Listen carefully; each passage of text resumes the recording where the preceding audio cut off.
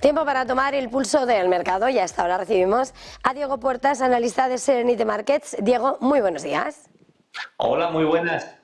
Bueno, pues cómo no empezar, ¿cómo estás viendo este mercado tras Powell, tras esa decisión de tipos de la Fed, tras su mensaje hawkish? Bueno, vamos a ver cómo reacciona el mercado a la apertura. Sí que es cierto que estamos viendo en estos momentos correcciones en Europa, estamos viendo cómo los rendimientos, sobre todo, reaccionaron muy bien, los futuros vienen en positivo, pero sí que es cierto que después de ese buen dato de IPC, el mercado corrigió un poco también los rendimientos tras los comentarios de Jerome Powell y sobre todo que sorprendió mucho ese diagrama de puntos, el famoso diagrama de puntos que les gusta mucho a los funcionarios, les gusta mucho a los comentaristas, pero que nunca se cumple y que al final cada trimestre se cambia y que eso mostrara una única bajada de tipos para el año 2024 en su mayoría, pues es algo que quizás no gustó del todo al mercado. Estamos viendo cómo Europa hoy está viéndose teñida de rojo, pero sin embargo veíamos ayer cómo parecía que sentaba mejor el dato de inflación, conseguía el S&P 500 cerrar por encima de esos 400, esos 5.400, pesa más esa divergencia a la hora de mirar las bolsas europeas, lo que va a ser el camino del BCE frente a la Reserva Federal, ¿o cómo se explica? No, bueno, Europa también hay que tener en cuenta que todo el tema electoral durante este inicio de semana ha pesado bastante, sobre todo a Francia y a los bancos franceses. En la renta fija francesa ha habido ahí grandes movimientos, los diferenciales han tenido un movimiento muy fuerte y la renta fija al final es un poco el barómetro de la salud económica de los países, ¿no? Entonces, mucha incertidumbre electoral, mucho movimiento debido especialmente a eso en Europa. Sí que es cierto que el Banco Central Europeo bajó los tipos de interés la semana pasada y pues como dices, pues podríamos pensar, oye, el Banco Central Europeo ya ha movido ficha. Bueno, el Banco Central Europeo posiblemente tuvo que mover ficha porque sus comentaristas, los funcionarios del Banco Central Europeo han estado comentando durante los últimos meses que iban a bajar los tipos de interés. Quizás viendo los últimos datos de inflación de eurozona no deberían de haberlo hecho, pero como ya lo habían promulgado a los cuatro vientos, pues se vieron obligados a ello. Los próximos pasos del Banco Central Europeo van a estar ligados a lo que haga la Reserva Federal, que en estos momentos es el líder y es el que va a tomar las primeras decisiones. Con respecto a lo de ayer, bueno, pues lo dijo bien claro Powell. La mayoría de funcionarios, aunque se les da la opción, no cambian sus decisiones si hay un dato ese mismo día. Aunque se les da la opción, no lo hacen. Por tanto, esto nos quiere decir que la mayoría de funcionarios ya tomaron la decisión antes de conocer los datos de inflación, que fueron muy positivos, todo hay que decirlo, y que aportan ese primer paso para la confianza que necesita la Reserva Federal para dar esa primera baja de tipos, pero no lo mostraron en sus decisiones. En medio de todas estas grandes referencias de política monetaria importantes, los protagonistas con nombre propio, yo quería preguntarte de alguna manera cómo analizáis a estas horas lo que está siendo el comportamiento de esos magníficos de Wall Street. La semana pasada veíamos el cambio, la rivalidad en el podium de Nvidia, Apple. Apple ayer marcaba máximos históricos porque parece que lo que va trascendiendo de su plan, de su Apple Intelligence, va convenciendo. Tesla hoy en premercado se dispara.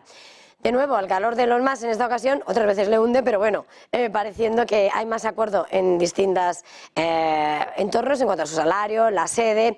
¿Cómo medís ahora mismo a la hora de evaluar el comportamiento, la actitud del inversor en esas gigantes de Wall Street? Bueno, es cierto que Apple ha tenido un rendimiento en las últimas dos sesiones espectacular, que nos ha pillado desprevenidos a muchos. De hecho, ayer leía que muchos fondos estaban infraponderados en Apple.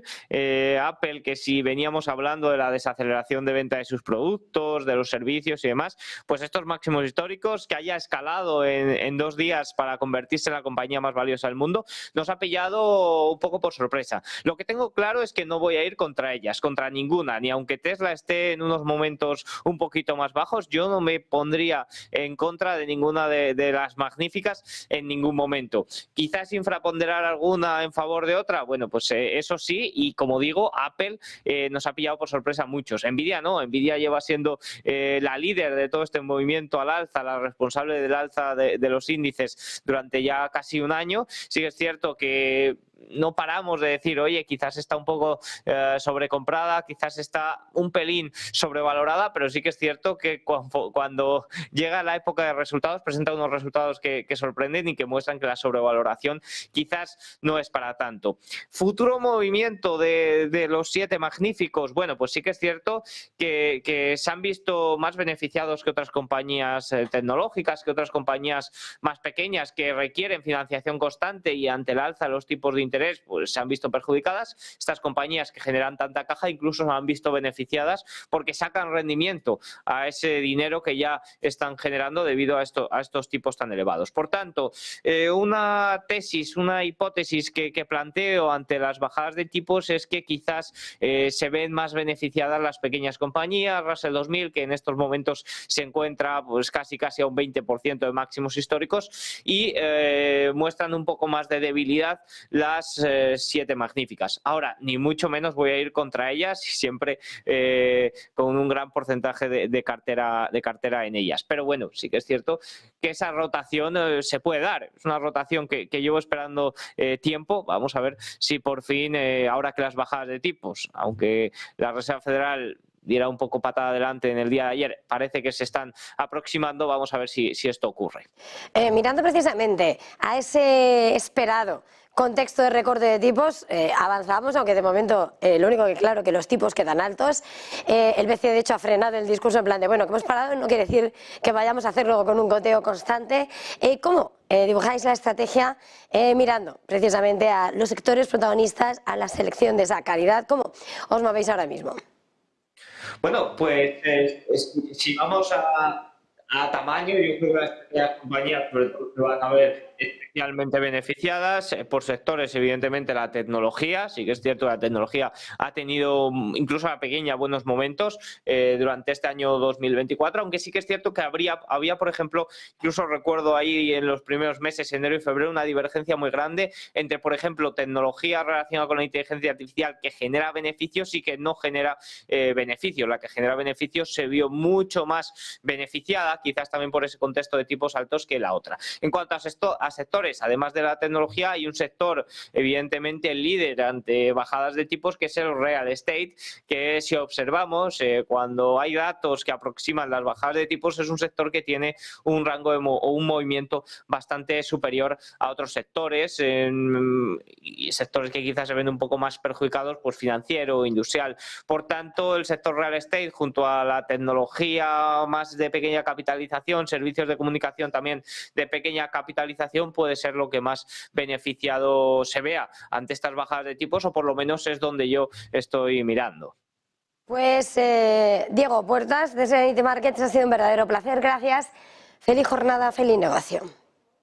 Chao, adiós. Y nosotros en este punto vamos a poner los